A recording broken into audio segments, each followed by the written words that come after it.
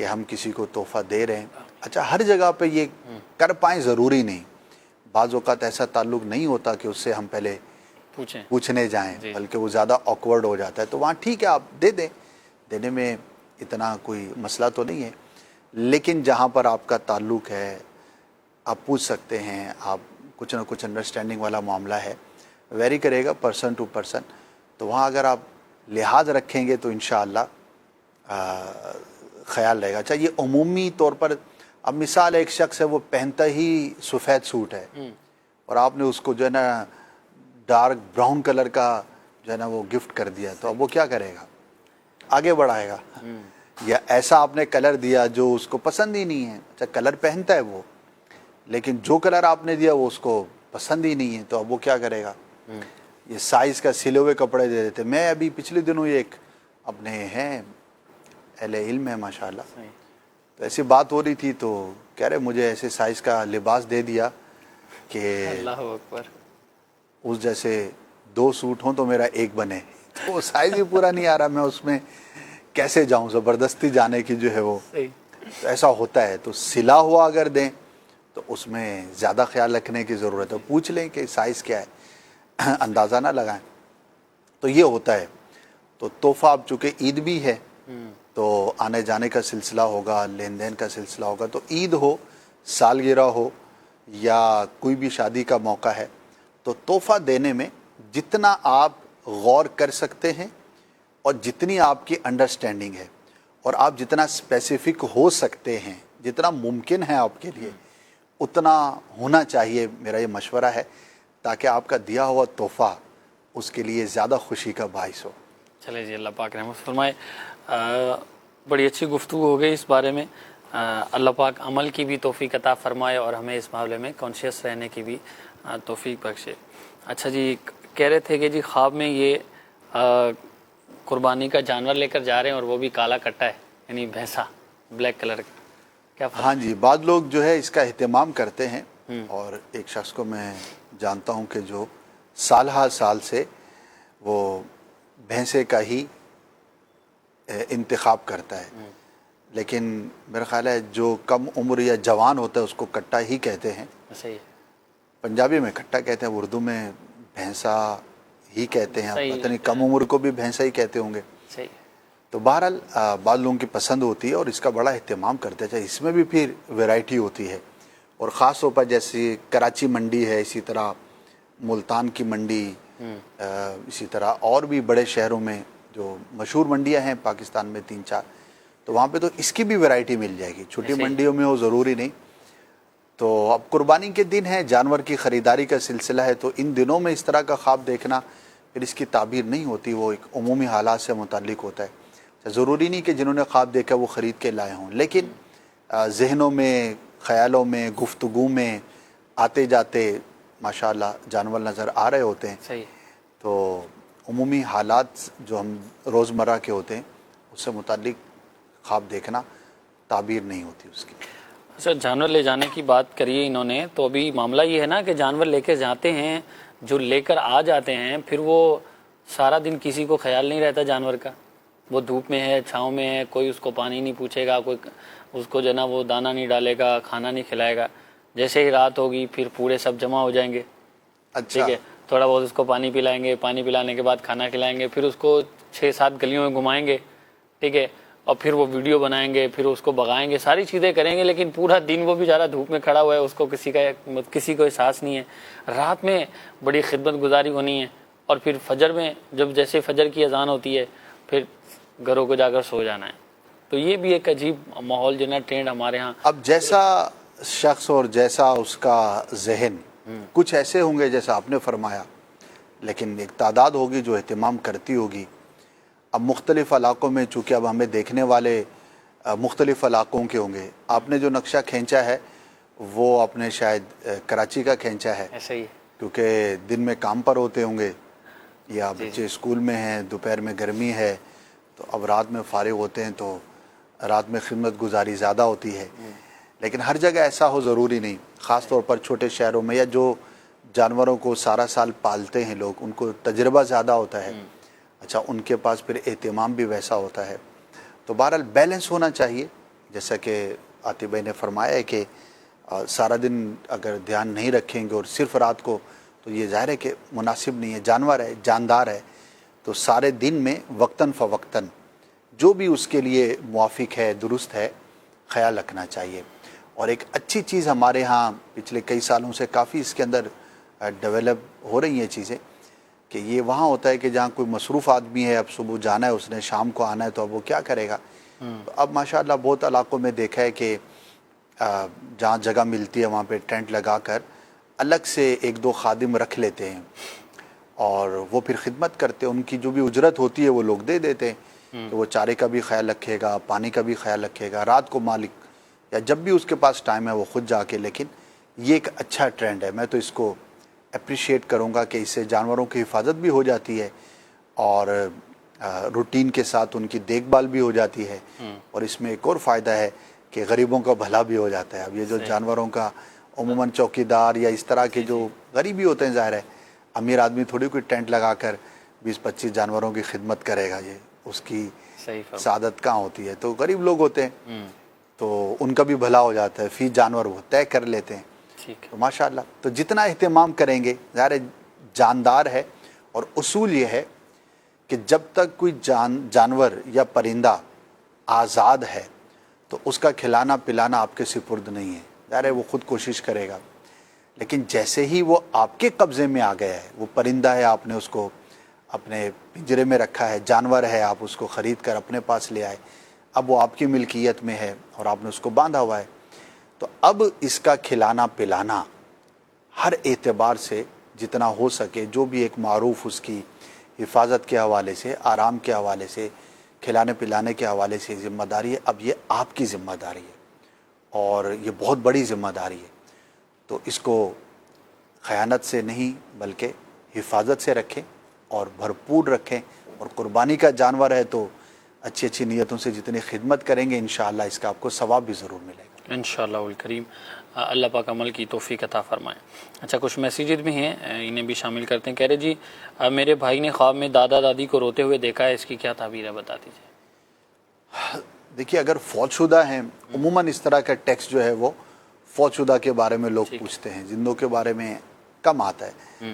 تو رونا تو اچھا نہیں ہے، البتہ ان کے لیے دعا کریں، ایصال ثواب کریں، اور بالخصوص ان کی نمازوں کا، روزوں کا فدیہ ضرور ادا کریں. نماز کے احکام امیر اہل سنت کی جو کتاب ہے اس میں قضا نمازوں کا جو چیپٹر ہے، رسالہ ہے، اس میں آپ کو انشاءاللہ اس کی ڈیٹیل مل جائے گی. ٹھیک ہے جی. کہہ رہی خواب میں ہر وقت خود کو سفر کرتے ہوئے دیکھنا، اس کی کیا تعبیر ہے؟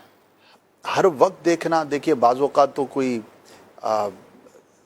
کثرت سے سفر کرتا ہے وہ دیکھتا ہے، یہ وجہ ہو سکتی ہے، یا کسی کو بہت زیادہ سفر کی خواہش ہے یا پسند کرتا ہے وہ دیکھے گا. تو نارمل سفر جو ہے وہ اچھا ہوتا ہے، حالات کے بدلنے سے اس کی تعبیر کی جاتی ہے، اور کامیابی ملنے کی بھی یہ علامت و دلیل ہوتی ہے. ٹھیک ہے جی. محسن قریشی ہیں، کہہ رہے ہیں جی کسی کے ساتھ اچھے تعلقات ہوں لیکن خواب میں دیکھنا کہ وہ ہم پر ظلم کر رہا ہے، اس کی کیا تعبیر ہے؟ صرف خواب کی بنیاد پر اس کے بارے میں بدگمانی نہ کریں. ٹھیک ہے. جب آپ خود کہہ رہے ہیں کہ اچھے تعلقات ہیں تو وہ ظلم تو نہیں کرتا ہوگا، تو اس کے لیے دعا کریں. اور اگر آپ کو کہیں لگتا ہے کسی خاص پہلو کے اعتبار سے دیکھیں تو آپ محتاط ہو سکتے، لیکن بدگمانی نہ کریں، اس پر ذہن نہ بنا لیں کہ ایسا ہی کرے گا. بعض اوقات شیطان بھی خواب کے ذریعے مسلمانوں میں لڑائی ڈلواتا ہے. اب ایک بہت اچھا دوست ہے، جیسا کہ آپ نے مینشن ہی کیا ہے، تو اب شیطان خواب میں اس طرح کا عمل کر کے آپ کے دل میں، آپ کے ذہن میں اس مسلمان کے لیے بدگمانی پیدا کر سکتا ہے. تو ہمیں بدگمان نہیں ہونا، البتہ اپنی حفاظت کے لیے، نقصان سے بچنے کے لیے اگر آپ تھوڑا کانشیس ہو جاتے ہیں، تھوڑا مزید غور و خوض کرتے ہیں کسی بھی معاملے میں، تو یہ ایک اچھی بات ہے، اس کی شرعاً اجازت بھی ہے. لیکن بدگمانی کی جو ڈیفینیشن ہے اس کے اندر کوئی بھی چیز آنی نہیں چاہیے. ٹھیک ہے جی. کہہ رہے ہیں جی میرے ماموں ہیں، ان کا بیٹا بہت زیادہ بیمار ہے اور ماموں نے خواب دیکھا ہے کہ ان کے دانت گر گئے ہیں سارے، اس کی کیا تعبیر ہے؟ اچھا نہیں ہے یہ، بیماری کی بھی علامت ہوتی ہے، قریبی آزمائش کی، اور جیسے کہ انہوں نے بیان کیا اولاد، تو دعا کریں اللہ پاک کی بارگاہ میں. علاج کر رہے ہوں گے، مزید اس کا اہتمام کریں، کچھ صدقہ کریں اللہ کی بارگاہ میں، انشاءاللہ بیماری سے حفاظت رہے گی. ٹھیک ہے جی، کہہ رہے جی میرا نام نعمان ہے، خواب میں مچھلی دیکھی ہے، اس کی کیا تعبیر ہے؟ اچھا ہے، نفع ملنے کی علامت ہوتی ہے، اور اگر کوئی شادی شدہ ہے تو ولادت کا سلسلہ ہے تو اللہ پاک بیٹی کی نعمت عطا فرمائے گا، یہ بھی اس کی تعبیر ہے۔ ٹھیک ہے جی، اسی طرح کہہ رہے جی فوت ہوا انسان ہے اور خواب کے اندر وہ جانور ذبح کر رہا ہے، اس کی کیا تعبیر ہے؟ اب قربانی کے دن ہے تو ہو سکتا ہے کہ ٹھیک ہے جس کو دیکھا ہے تو وہ قربانی کرتا ہو وہی منظر، تو غالب یہی ہے کہ انہی دنوں کی مناسبت سے نظر آئے، تو اس کی کوئی خاص تعبیر نہیں۔ خواب میں سنیک کا بار بار دیکھنا اور گھر میں سنیک کا آنا، اس کی کیا تعبیر ہے؟ دشمن ہے، برا شخص ہے، نقصان پہنچانے والا ہے، تو غور کرے، نقصان کے پہلو اگر آپ کے پیش نظر ہوں گے تو انشاءاللہ آپ بچنے میں کامیاب ہوں گے۔ بہرحال دعا اللہ کی بارگاہ میں ہمیں ہر وقت کرتے رہنا چاہیے کہ اللہ پاک ہمیں ہر طرح کے برے شخص سے محفوظ فرمائے۔ ٹھیک ہے جی، اللہ پاک ہماری حفاظت فرمائے، زمینی اور آسمانی جو بھی آزمائشیں ہیں اللہ پاک سب سے حفاظت فرمائے، اپنے حفظ و امان میں رکھے۔ مدنی چینل کے ناظرین، قربانی کے ایام بھی قریب ہے، اور آپ جو قربانی کر رہے ہیں اپنی دعوت اسلامی کو اس کی کھال، قربانی کے جانور کی کھال دعوت اسلامی کو ضرور دیجیے گا، کہ ایک وسیع دینی کام ہے دعوت اسلامی کا، 80 سے ہدایت ڈپارٹمنٹ ہے، سب آپ کے سامنے الحمدللہ ہے۔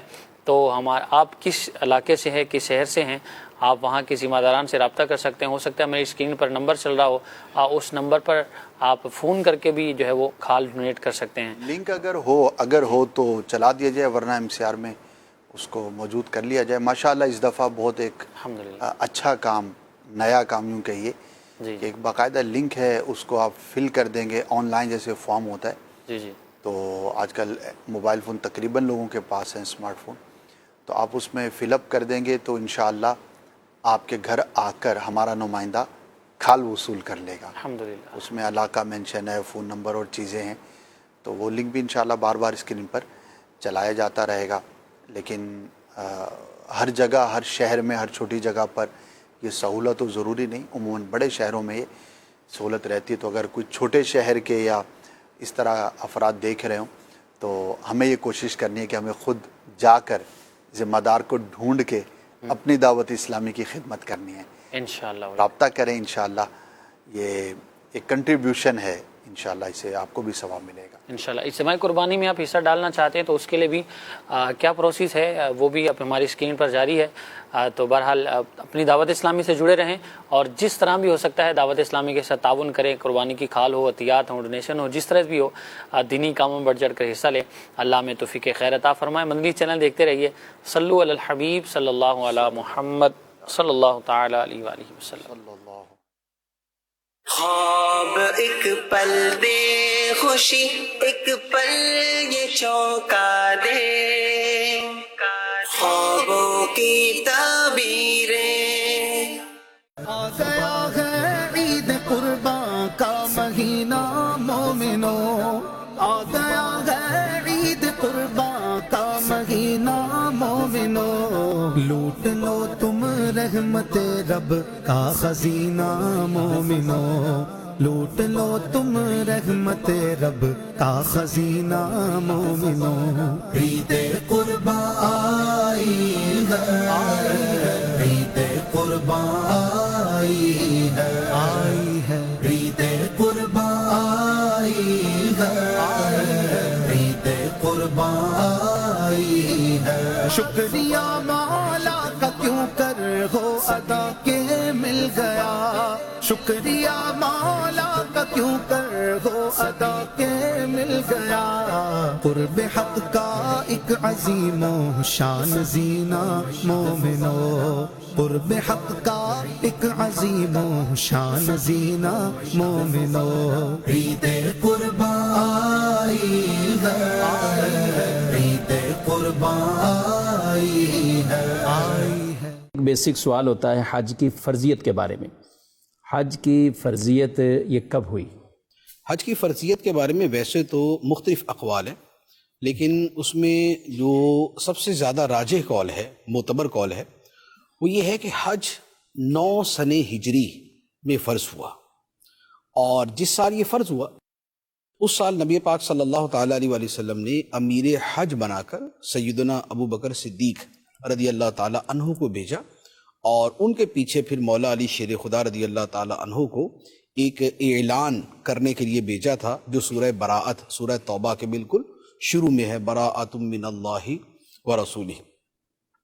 تو اس اعلان کے لیے پھر مولا علی رضی اللہ تعالیٰ کو بھیجا تھا، لیکن خود جو نبی پاک صلی اللہ علیہ وآلہ وسلم نے حج کیا تھا وہ 10 سن ہجری میں کیا تھا، تو گویا جو فرضیت ہوئی ہے وہ 9 سن ہجری میں ہوئی۔ اور ہے تو یہی کہ جس پر جب حج فرض ہو تو وہ فوری طور پر کرے، لیکن نبی پاک صلی اللہ علیہ وآلہ وسلم کا معاملہ، اور خاص طور پہ جب حج ابتداءً فرض ہوا، اس وقت کے معاملے کے اندر اور دیگر بہت ساری حکمتیں تھیں کہ جس کی وجہ سے نبی پاک علیہ الصلوۃ والسلام نے اور اکثر صحابہ نے حج اگلے سال کیا، جس میں ایک حکمت تو یہی تھی کہ خود نبی پاک صلی اللہ علیہ وآلہ وسلم کو اپنی ذات کے بارے میں علم تھا کہ آپ اگلے سال تک اس دنیا میں ظاہری طور پر بھی جلوہ گر رہیں گے، کیونکہ ہمیں جیسے یہ حکم ہے کہ ہم پہ اگر اس سال حج فرض ہو تو ہم بہر صورت اسی سال کریں، تاخیر نہ کریں، کیونکہ ہمیں اپنی زندگی موت کا پتہ نہیں۔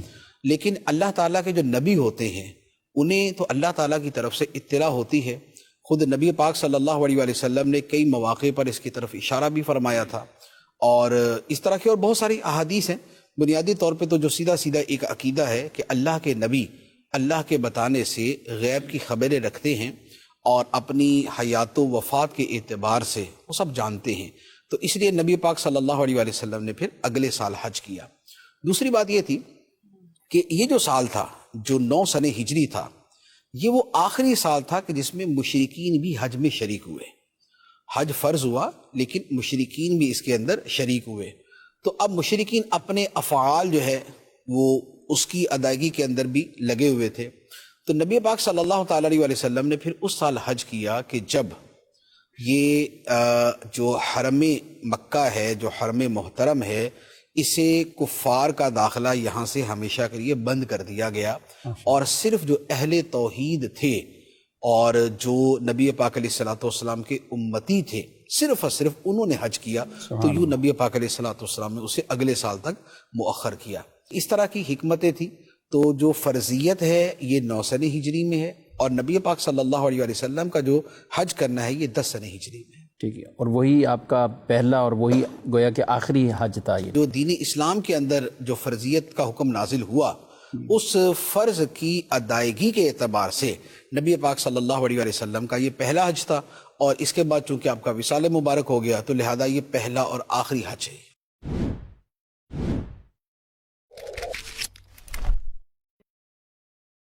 نیت کا سفر حج سے کیا تعلق ہے؟ حج کا سفر کیا جاتا ہے ثواب کے لیے، اللہ تعالیٰ کی رضا کے لیے، تو جب ثواب کے لیے اور رضا الہی کے لیے ہے تو جتنی زیادہ نیتیں ہوں گی اتنا زیادہ ثواب بھی ملے گا۔ نبی پاک علیہ الصلوۃ والسلام کی بارگاہ میں جا رہے ہیں تو یا رسول اللہ ہم آپ کے مہمان بن کے آ رہے ہیں، تو مہمان سے میزبان کو ملاقات کی ترکیب ہونی چاہیے۔ تو اب اس نیت کے ساتھ بھی جانے والے عاشق ہوتے ہیں، اور جو اس نیت سے جاتے ہیں ان پہ کرم نوازیاں بھی ہو جاتی ہیں۔ جب مسجد نبوی شریف سے باہر آئے یا جب مدینہ منورہ سے آئے تو ایک مرتبہ نبی پاک علیہ الصلوۃ والسلام سے اجازت مانگے کہ یا رسول اللہ مجھے جانے کی اجازت ہے۔ دیکھیے پروگرام حج اسپیشل ٹرانسمیشن 5 جون 2025 بروز جمعرات دوپہر 3 بجے براہ راست مدنی چینل پر۔ لبیک اللہم لبیک لبیک لا شریک لک لبیک ان الحمد والنعمت لک والملک لا شریک لک۔ الحمدللہ عز و جل ایک مرتبہ پھر خوشیوں بھری عید قربان کی آمد ہے۔ عید قربان آئی ہے، قربانی سنت ابراہیمی کی یاد تازہ کرنے کا موقع ہے۔ الحمدللہ عز و جل اس موقع پر عاشقان رسول کی دینی تحریک دعوت اسلامی آپ کی سہولت کے لیے حاضر ہے اور آپ کو بہترین سروسز فراہم کر رہی ہے۔ آپ پاکستان میں ہوں یا دنیا کے کسی بھی کونے میں ہو، دعوت اسلامی آپ کو شرعی انداز میں شرعی اصولوں کے مطابق قربانی کرنے کے لیے حاضر ہے۔ جنید قربانی، اگر آپ کسی وجہ سے خود قربانی نہیں کر سکتے یا خود گوشت تقسیم نہیں کر سکتے تو دعوت اسلامی آپ کی قربانی شرعی اصولوں کے مطابق کرے گی اور آپ کا گوشت بھی تقسیم کرے گی۔ آپ ڈونیٹ قربانی میں حصہ پوری دنیا سے کہیں سے بھی آپ اس میں حصہ ملا سکتے ہیں۔ ڈونیٹ قربانی کا حصہ ہے کاؤ شیر، گائے کا فی حصہ 27,000 روپے اور بکرا 39,500 روپے۔ ہوم ڈیلیوری اگر آپ چاہتے ہیں آپ کی قربانی کا گوشت بھی آپ کے گھر کے دروازے پر پہنچ جائے تو آپ حاصل کر سکتے ہیں دعوت اسلامی اجتماعی قربانی کی ہوم ڈیلیوری سروسز، جو کہ دعوت اسلامی پاکستان کے 16 بڑے شہروں میں یہ سروس دے رہی ہے۔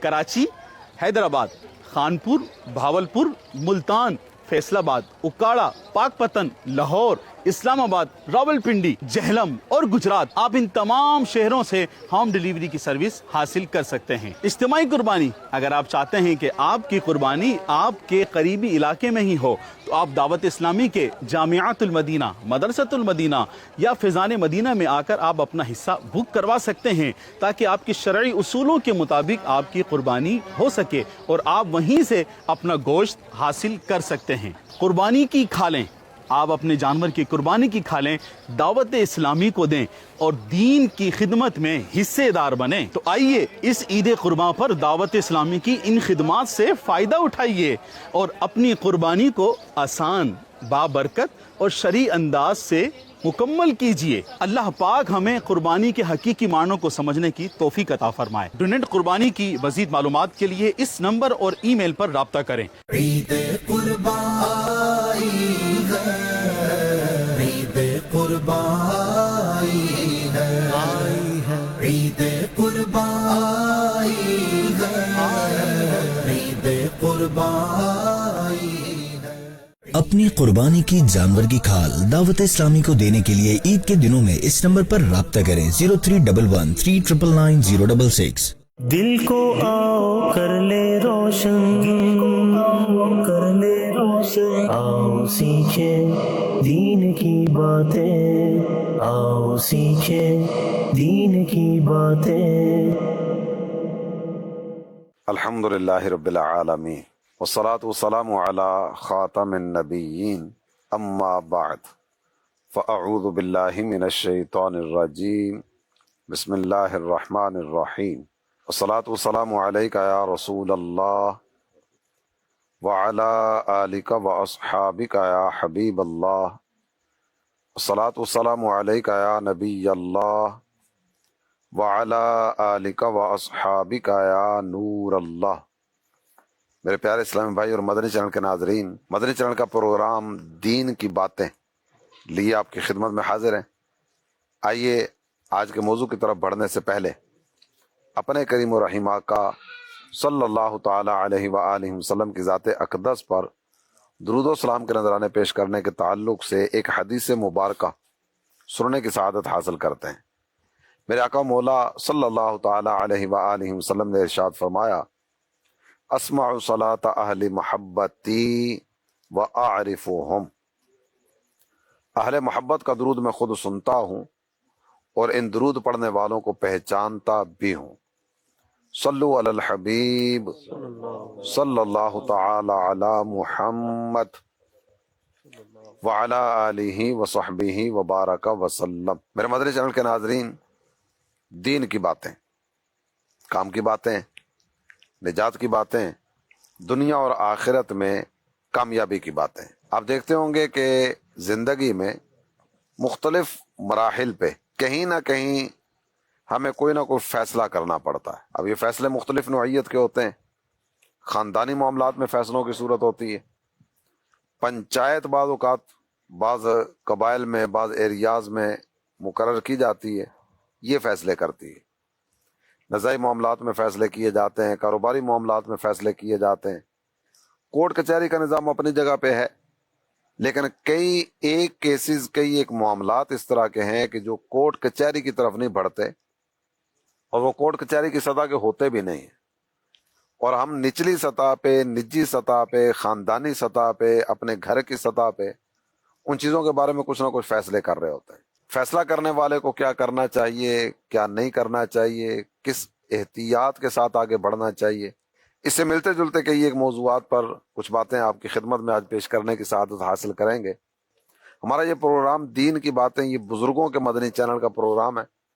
ہمارے ساتھ ماشاء اللہ بزرگ اسلامی بھائی بھی موجود ہیں۔ اللہ پاک ان کی عمروں میں برکت عطا فرمائے، انہیں اپنی رحمت سے مالا مال فرمائے۔ اللہ تعالیٰ جل جلالہ تا دم زیست، یعنی جب تک دم میں دم ہے اپنے دین کی خدمت کے لیے قبول فرمائے رکھے، ایمان پہ جئیں، ایمان پہ دنیا سے جائیں، اللہ پاک اپنی رحمت کا معاملہ فرمائے۔ آئیے بڑھتے ہیں آج کے موضوع کی طرف۔ شریعت میں مختلف جرائم کی مختلف سزائیں ہیں، اس میں کیا حکمت ہے؟ شریعت مطہرہ نے مختلف جرائم میں مختلف طرح کی سزائیں ذکر فرمائیں، ان سزاؤں میں کیا حکمت؟ میرے مدنی چینل کے ناظرین، بہت ساری چیزیں آپ دیکھتے ہوں گے کہ شریعت مطہرہ ان چیزوں کے بارے میں کوئی نہ کوئی فیصلہ فرماتی، اس فیصلے میں مختلف طرح کی حکمتیں ہوا کرتی ہیں۔ جس طرح مثال کے طور پر میں 2 مقامات قرآن کے آپ کے سامنے بیان کرتا ہوں۔ اللہ تعالیٰ جل جلالہ نے چوری کی سزا ذکر فرمائی، السارق والسارقۃ فاقطعوا ایدیہما، چوری کرنے والا اور چوری کرنے والی، ان کا ہاتھ کاٹا جائے۔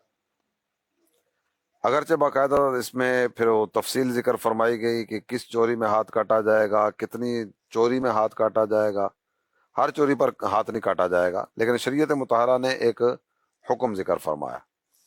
چاہے اسی طرح ایک آیت کریمہ ہے، سورہ مائدہ کی آیت کریمہ ہے، اللہ تعالیٰ جل جلالہ نے فرمایا انما جزاء الذین یحاربون اللہ ورسولہ ویسعون فی الارض فسادا ان یقتلوا او یصلبوا او تقطع ایدیہم وارجلہم من خلاف او ينفوا من الارض ذلک لہم خزی فی الدنیا وَلَهُمْ فِي الْآخِرَةِ عَذَابٌ عَظِيمٌ۔ اس آیت کریمہ میں اللہ تعالیٰ جل جلالہ نے ذکر فرمایا کہ ان لوگوں کی جزا جو اللہ تعالیٰ اور اس کے رسول سے لڑتے ہیں، زمین میں فساد برپا کرتے ہیں، ان کی سزا پھر شریعت مطہرہ نے ذکر فرمائی کہ انہیں قتل کر دیا جائے، انہیں سولی پر چڑھا دیا جائے۔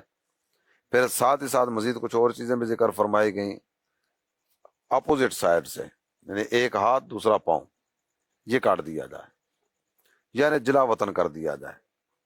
اس کی پوری پھر تفصیل ہے، جس تفصیل میں یہ چیزیں ذکر فرمائی گئیں کہ اس نے چوری کی ہو، یا بعض اوقات پھر ہوتا ہے وہ ڈاکہ ڈالنے کا سلسلہ ہوتا ہے، فساد برپا کرنے کا سلسلہ ہوتا ہے، قتل و غارت گری کا بازار گرم ہوتا ہے، اور یہ بندہ اس کیفیت کا ہوتا ہے کہ اگر اس کو قابو نہ کیا گیا تو یہ فساد در فساد برپا کرتا چلا جائے گا، اور اہل علاقہ کے لیے بھی چین سکون کی بربادی کا ذریعہ بنے گا۔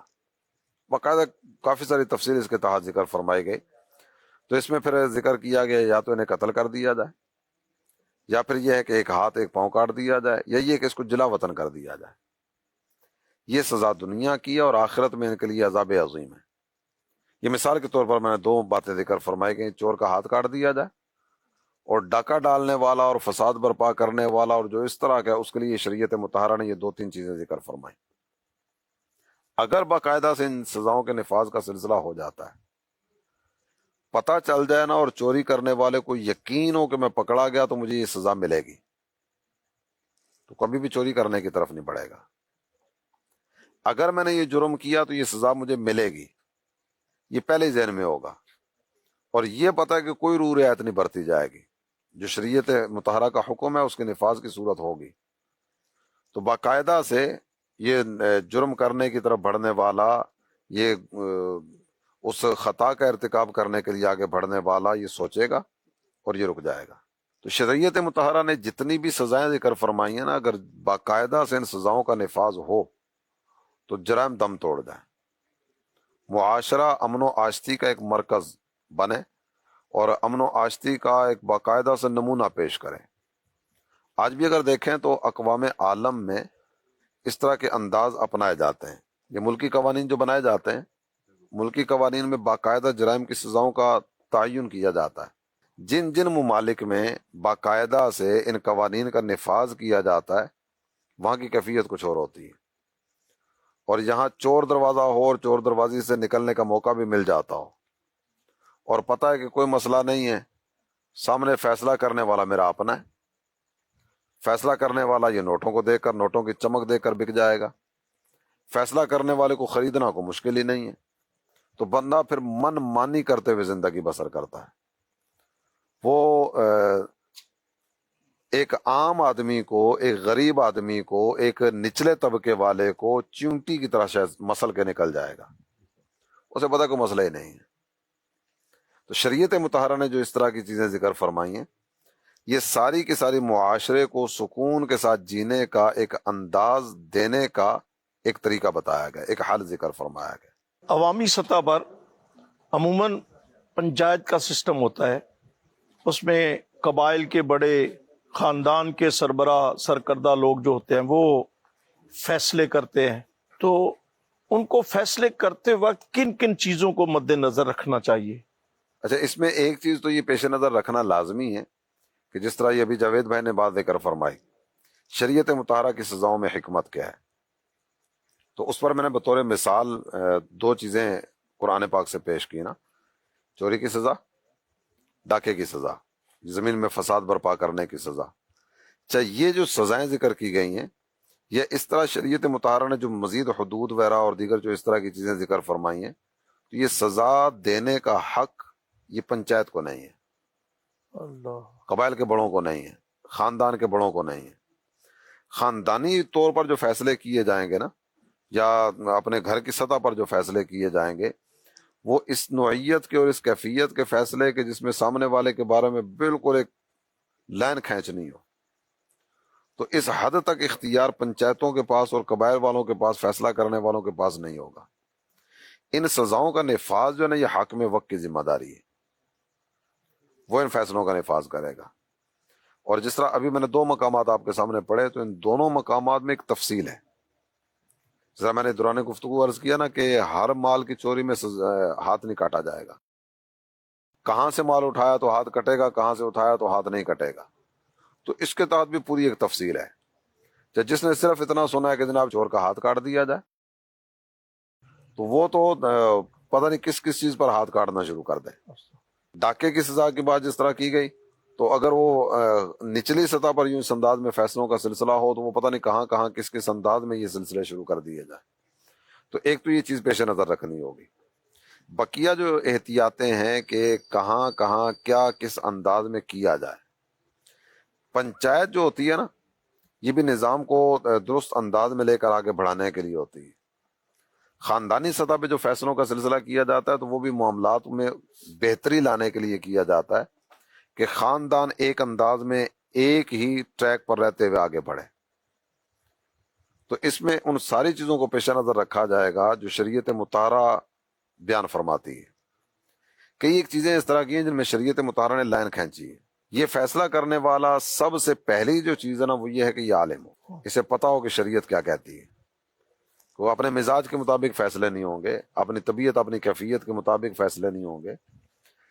ایک انداز فیصلوں کا یہ ہوتا ہے کہ سامنے والے کا چہرہ دیکھ کے فیصلہ ہوتا ہے، تو چہرہ دیکھ کر فیصلے نہیں ہوں گے۔ اور ساتھ ہی ساتھ باقاعدہ سے کچھ چیزیں ذکر فرمائی گئیں۔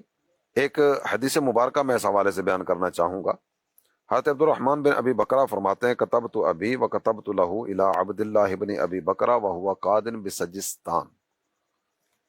کہتے ہیں میرے والد محترم نے ایک خط لکھوایا، میں نے وہ خط لکھا، قاضی سجستان ان کے نام یہ خط لکھا جا رہا ہے۔ اس میں یہ بات ذکر کی گئی، اللہ تحکم بین اثنین وانت غضبان۔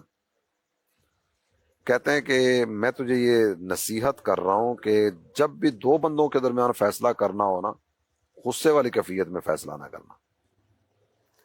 اس پر پھر انہوں نے حدیث مبارکہ بیان کی، کہتے ہیں سمعت رسول اللہ صلی اللہ علیہ وسلم یقول لا يحکم احد بین اثنین وہو غضبان۔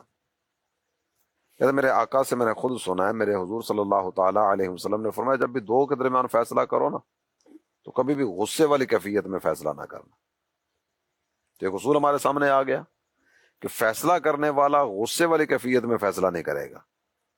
خاندان کے بڑے جب فیصلہ کر رہے ہوتے ہیں تو بعض اوقات نزاعی کیفیت چل رہی ہوتی ہے اور اسی وقت فیصلے کا سلسلہ ہو رہا ہوتا ہے۔ تو یہ بعض اوقات اس کیفیت میں ہوتا ہے جس کیفیت میں فیصلہ نہیں کرنا چاہیے۔ بعض اوقات فیصلہ کرنے والا نا وہ کسی ایک کی سائڈ لے کے فیصلہ کر رہا ہوتا ہے۔ بعض اوقات خاندانی طور پہ بھی جو فیصلے کیے جا رہے ہوتے ہیں، یہ پنچایتوں میں جو فیصلوں کا سلسلہ کیا جا رہا ہوتا ہے، تو پہلے ہی طے ہوتا ہے کہ اس کے خلاف فیصلہ کرنا ہے۔ تو ہم شریعت مطہرہ کہاں اجازت دے گی اس طرح کے فیصلے کرنے کی؟ اچھا اسی میں مزید اگر آپ دیکھیں تو جو احتیاطیں ذکر فرمائی گئی، بھوک والی کیفیت میں بھی فیصلہ نہ کرو، پیاس والی کیفیت میں بھی فیصلہ نہ کرو۔ اللہ اکبر۔ جب بھوک کی شدت ہے اور پتہ ہے کہ فیصلہ کر کے اس کے بعد کھانا کھانا ہے، پھر تو ہوگا جلدی جلدی نمٹاؤ تاکہ جلدی جلدی فراغت ہو اور دسترخوان سجے اور دسترخوان پر جا کر بیٹھیں، جی جی۔ تو اس کیفیت میں فیصلہ نہ ہو۔ پھر اسی طرح دیگر اور بھی کئی ایک چیزیں، اچھا یہاں تک بھی ذکر کیا گیا کہ فیصلہ کرنے والے نے جن دو کے بارے میں فیصلہ کرنا ہے نا، ان سے میل ملاقات میں، بات چیت کرنے میں، ان کو بٹھانے میں، ان کو پروٹوکول دینے میں بھی ذرہ برابر فرق نہ کرے۔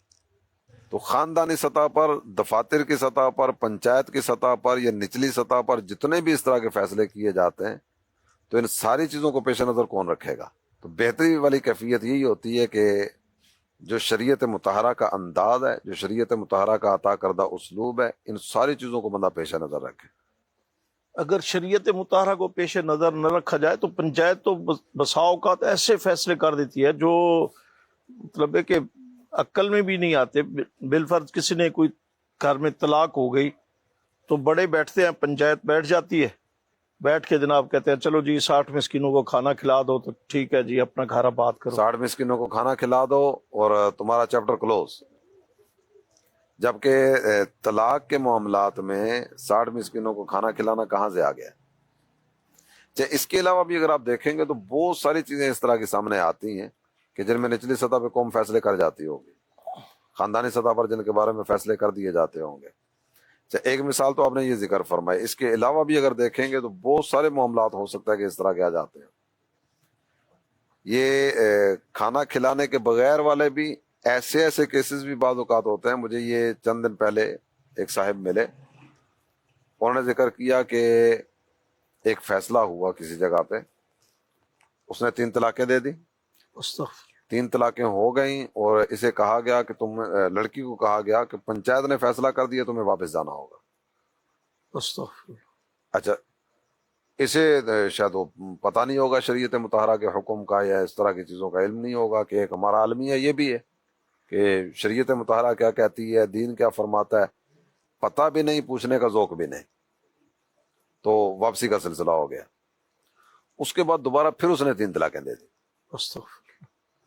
دوبارہ پنچایت نے فیصلہ کیا تجھے واپس جانا ہوگا۔ شریعت مطہرہ کیا کہتی ہے؟ خاندانی سطح پر فیصلے کرنے والے بھی ان چیزوں کے پابند تو ہیں، نجی سطح پر فیصلے کرنے والے بھی ان چیزوں کے پابند تو ہیں۔ اور اس میں خاص طور پر ایک چیز کی طرف اشارہ کرنا چاہوں گا اور ایک چیز کا تذکرہ کرنا چاہوں گا۔ بعض اوقات ایسی کیفیت ہوتی ہے کہ جس میں اس طرح کی راہوں کی طرف بڑھانا، سلسلے کو لے کر آگے چلنا، جھگڑے کو طول دیتے چلے جانا، یہ تباہی در تباہی کا دروازہ کھولتا ہے۔ آپ کا ہمارے خاندان سے کوئی تعلق نہیں ہے، خاندان کا کوئی بندہ ان کے سے کوئی تعلق نہیں رکھے گا۔ اگر کوئی ان کے گھر میں گیا تو ساری برادری سے وہ بھی نکل گیا۔ یہ تو پھر اور معاملہ ہو گیا نا، قطع رحمی والا بھی، رشتہ توڑنے والا، تو اس میں تو اور ساری چیزیں اس میں آئیں گی نا۔ جی جی۔ اکثر ایسا ہوتا ہے کہ جہے خاندان دے بٹھیرے نے نا، وہ نہ شرعی معاملات نو جانتے نہ او دے مطابق، بلکہ وہ یہ تکتے رہے کہ یہ کڑی ہے، یہ طلاق ہوگی تو کل نو کہ بنے گا، بچے نے بچے رول جان گے، بڑے لگے، وہ اپنی خاندانی سہولتاں تک کے فیصلہ کرتے نہ کہ شریعت تک کے، جڑے کہ صریحاً ہی غلط ہوتے رہے، ساری زندگی وہ بےچارے گناہ کرتے رہتے ہیں، اور گناہ اس پنچایت دے سر ہوئے گا۔ اچھا بعض اوقات اس طرح کی صورت بھی ایسا ہوتی ہے کہ اللہ شہری دینے والا جڑا سلسلہ ہوتا نا، یا اللہ شہری والے سلسلے نا بعض اوقات کم ود جاتا ہے۔ پتر میں بیٹھے ہاں، تمہیں کسی قسم کی ٹینشن لین کی لوڑ نہیں، بالکل، کوئی ایک سنا دیا تو 2 سنا، کوئی تھپڑ مار دیا تو ڈنڈا مار، بالکل، اس طرح کے سلسلے بھی بعض اوقات ہوتے ہیں۔ اچھا بعض اوقات اس طرح کی صورت بھی ہوتی ہے کہ معاملہ اتنا بڑا نہیں ہوتا لیکن بہت بڑا ہو جاتا ہے۔ میرے مدنی چینل کے ناظرین، میں ایک واقعے کی طرف آپ کی توجہ دلاؤں۔